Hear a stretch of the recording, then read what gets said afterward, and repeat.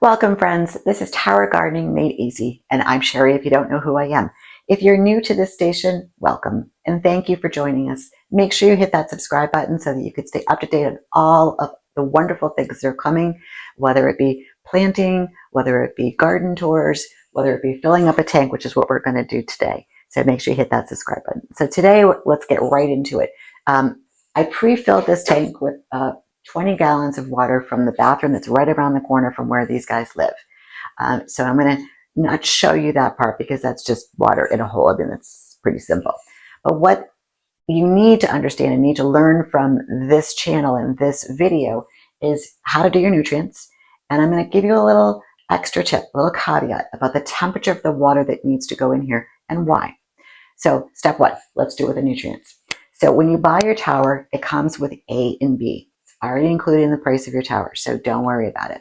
They're these sizes. When you run out, you can get more. But remember, if you're just doing one tower, this is going to last you a while because the water that's in this tank, it give or take, depending on the temperature of the room that it lives in, it's probably going to be 2 months. So you've probably got a good 6 months, if not more, with these two. So don't worry about it.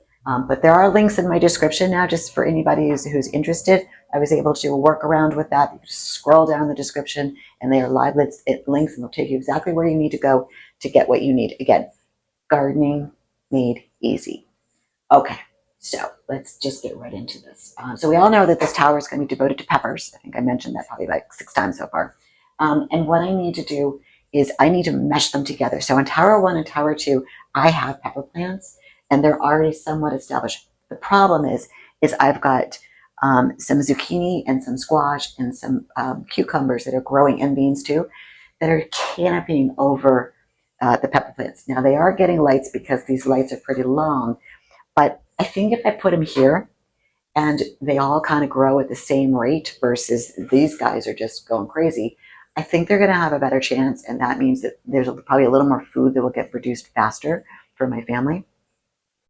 Because again, this is all about food security and growing my own produce and staying out of the grocery stores where they put chemicals and herbicides and pesticides and chemicals that we don't know. That's what we're trying to delete here. All right, so let's get into it.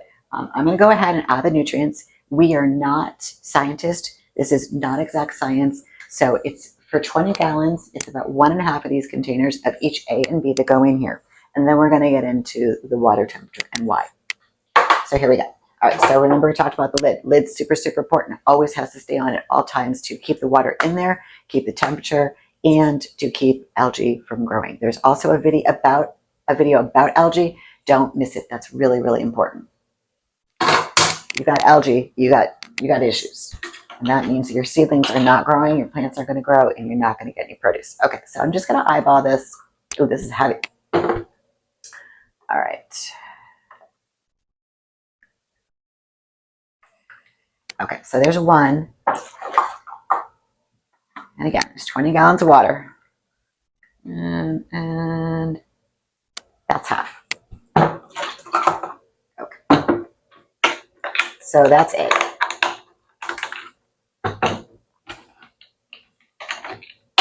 Let's do B.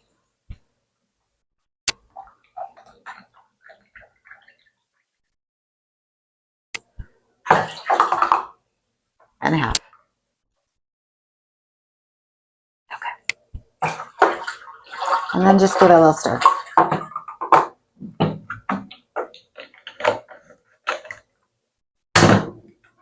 Put these back here. And what do we do? Hat back on.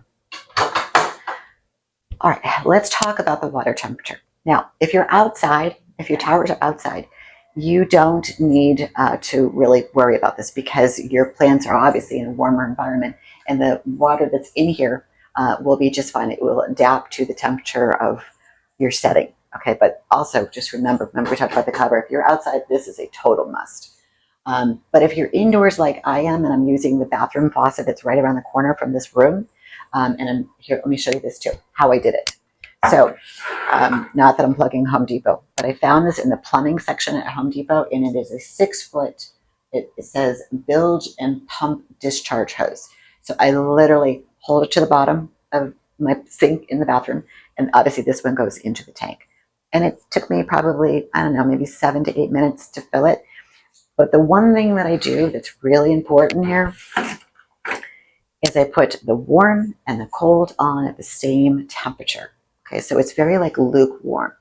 And why do I do this? So these peppers that are already on the tower will be just fine. They've got a bigger root system. I'm not going to worry about them. But the peppers that are here in this little tray, think about it. They've been sitting on a really warm mat growing, and they've been under lights to help them grow, or they've been in the baby little greenhouses that are just, think of it like a little baby isolette.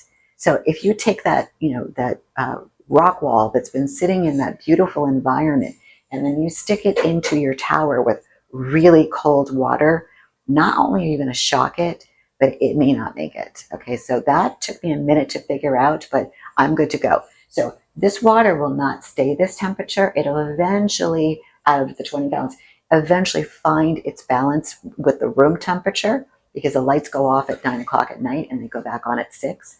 So the water eventually will cool off. But the takeaway here is that when you first transplant things here for the first few hours, you want to do it when the lights are on so that they feel like they're getting what they had in the nursery. And then they've got tap it like just like a tap. Don't make it hot. Just like lightly warm.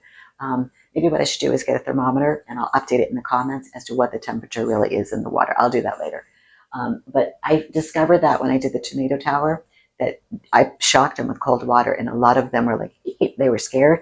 So I actually had to pull some of them out of the tower and put them back in the nursery because I didn't think they were going to make it. But so after a day of being back in the nursery in that environment, they popped right back up and they were fine. So I think today they'll be good to go, or the day that I do this. I'm not doing it today. But in the next video, make sure you watch, because this is where I'm going to plant this out with all the peppers.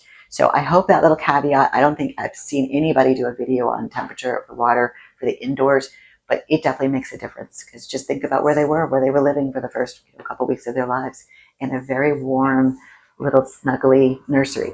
So I hope this helps. I thank everybody for being here. Make sure you leave your comments. Make sure that you subscribe. It's so important. I'm really trying to build out the channel as quickly as I possibly can with playlists so that you guys can access things and stay super organized. And I was able to get that description with a live link. So everything stem to stern that I have in here, whether it be the nursery, grow lights, trays, warming mats, bigger warming mats, to the things that came with the tower. What I don't have in there is obviously a bucket from Home Depot and this bilge pump. But to do this, I think it was $6, $6 or $7 at Home Depot, or whatever supply store you have around you. The faucet that's in that bathroom, there's no way that I could attach something. So this is the only thing that I could find that I could do that. And it's just literally just right on the other side of this wall. So it makes it super easy. So again, thank you so much for joining me. And next video, thank you.